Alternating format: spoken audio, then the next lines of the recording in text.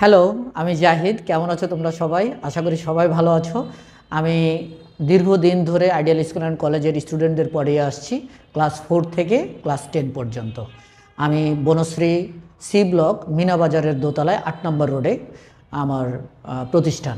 তো আজকে চলো আমি রাইট ফর্ম অফ ভার্বস এর পার্ট 6 নিয়ে আলোচনা করব। আজকের যে টপিকটা হচ্ছে use of after and before. এই জিনিসটা নিয়ে আমরা অনেক সময় গোলমাল পাকিয়ে ফেলি। আমরা খুব শর্ট টেকনিকে কিভাবে করা যায় সেই জিনিসটা আজকে আমরা দেখব। দেখো, we reach our school before the bell rang. এখন দেখো, এখানে একটা সাবজেক্ট, একটা ভার্ব, এখানে একটা অবজেক্ট, আর বিফোর দিয়ে কি আছে? যুক্ত আছে। এখানে একটা সাবজেক্ট, এখানে একটা ভার্ব, তাই তো? তার মানে এই অংশটাকে আমরা বলবো ক্লজ। তোমরা অবশ্যই ক্লজ সম্পর্কে ধারণা আছে যে কি একটা সাবজেক্ট একটা ভার্ব, যদি একটা সেন্টেন্সে দুইটা সাবজেক্ট দুইটা ভার্ব থাকে তাহলে এগুলো আলাদা আলাদাভাবে ক্লজ ভাবে পরিচিত হয়। তার মানে এই অংশটাকে কি বলে? ক্লজ বলে। আর এই অংশটাকে কি বলে? ক্লজ বলে। তাহলে ক্লজে কি থাকে? একটা সাবজেক্ট থাকে, একটা ভার্ব থাকে, একটা অবজেক্ট থাকে, আবার একটা সাবজেক্ট থাকে, একটা অবজেক্ট থাকে। তাহলে এই দুইটা ক্লজকে কি দিয়ে যুক্ত করেছে? বিফোর দিয়ে যুক্ত করেছে। That's why we can say before conjunction. কি? কনজাংশন। মনে থাকবে, এখানে আফটার বিফোর হচ্ছে কনজাংশন হিসাবে কাজ করছে, কারণ দুইটা ক্লজকে সে কি করেছে?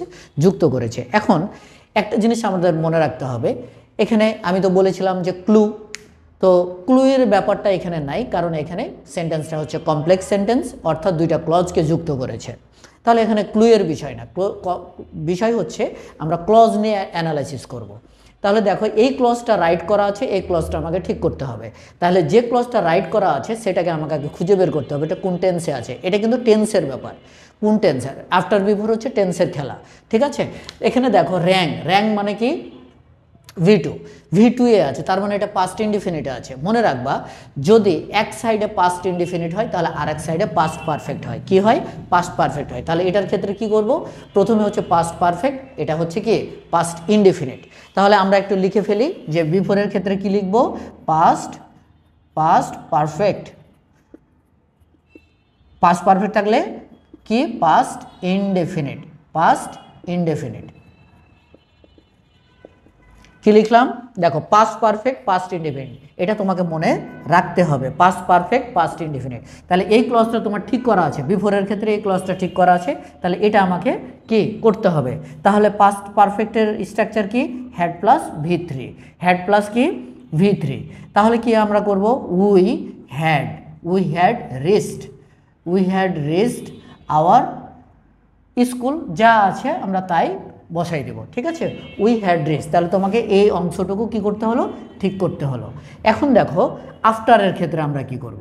আফটারের ক্ষেত্রে এই অংশটা ঠিক করা আছে, বাট এই অংশটা আমাকে ঠিক করতে হবে। এখন এই যে অংশটা ঠিক করা আছে এই অংশটা একটু অ্যানালাইসিস করে ফেলি, দেখি এটাও ভি2, তাই না? অ্যারাইভড ভি2, তার মানে পাস্ট ইনডিফিনিট। তাহলে পাস্ট ইনডিফিনিট থাকলে আমরা কি করব? এবার উল্টে যাও। পাস্ট ইনডিফিনিট থাকলে আমরা করব পাস্ট পারফেক্ট। কি করব? পাস্ট ইনডিফিনিট থাকলে আমরা করব পাস্ট পারফেক্ট। তাহলে প্রথমে কি করেছি? পাস্ট পারফেক্ট, পাস্ট ইনডিফিনিট থাকলে পাস্ট পারফেক্ট। তাহলে প্রথমে কি আছে? Past indefinite. তাহলে আমরা পরেরটা কি করব? Past perfect. তাহলে এখান থেকে যা আছে আমরা লিখে যাব এবং আফটার পর্যন্ত লিখে the train had left, left. দেখো, তাহলে এটা কি হবে? এটা হবে হ্যাড রিস্ট, আর এটা হবে হ্যাড লেফট। এখন এই দুইটা জিনিসকে একটা শর্টভাবে আমরা কিভাবে লিখতে পারি? দেখো, একটা অর্থে আমরা মনে রাখবো। কিভাবে? একভাবে আমরা মনে রাখবো, সেটা হচ্ছে দেখো, পাস্ট পারফেক্ট যদি থাকে তাহলে আমরা কি করব? পাস্ট ইনডিফিনিট করব। তোমার কিন্তু এটা রাইট করা থাকতে পারে, এটাকে ঠিক করতে বলে, উল্টাপাল্টাও কিন্তু হতে পারে। তাহলে এই সূত্রটা আমরা মনে রাখবো। এই সূত্রটা মনে রাখলে আমাদের জন্য সহজ হয়ে যাবে। ইনডেফিনিট। আচ্ছা, দেখো আমি এখানে কি দিয়েছি? দুটো অ্যারো চিহ্ন দিয়েছি। একটা কি? পাস্ট পারফেক্ট থাকলে পাস্ট ইনডিফিনিট থাকলে কি করব? পাস্ট পারফেক্ট করব। এই জিনিসটা তোমাকে মনে রাখতে হবে, তাহলে আফটার বিফোরের যে গন্ডগোলটা এটা আর কখনোই থাকবে না। এটা ঠিক করা থাকলে এটা তোমাকে ঠিক করতে হবে, এটা ঠিক করা থাকলে এটা তোমাকে ঠিক করতে হবে। যেমন ধরো, এটা ঠিক করা আছে, এখন এটা কি করা নাই? ঠিক করা নাই, অ্যারাইভ আছে। তাহলে তোমাকে কি করে দিতে হবে? অ্যান্সারে অ্যারাইভড করে দিতে হবে, কারণ এটা পাস্ট পারফেক্টে, ঠিক আছে? তাহলে জাস্ট আমরা মনে রাখবো কি? পাস্ট পারফেক্ট থাকলে পাস্ট ইনডিফিনিট, পাস্ট ইনডিফিনিট থাকলে পাস্ট পারফেক্ট। জাস্ট এই সূত্রটা তোমাকে মনে রাখতে হবে, তাহলে আফটার বিফোর ক্লিয়ার মনে থাকবে। তো আশা করি তোমরা বুঝতে পেরেছো। যদি কোনো অসুবিধা হয় আমার সাথে যোগাযোগ করবে। যারা ইউটিউব থেকে দেখছো তারা অবশ্যই সাবস্ক্রাইব করে লাইক কমেন্টস করবে, যারা পেজ থেকে দেখছো তারা অবশ্যই পেজটাকে ফলো করে দেবে। সেই পর্যন্ত ভালো থাকবে, সুস্থ থাকবে, আল্লাহ হাফেজ।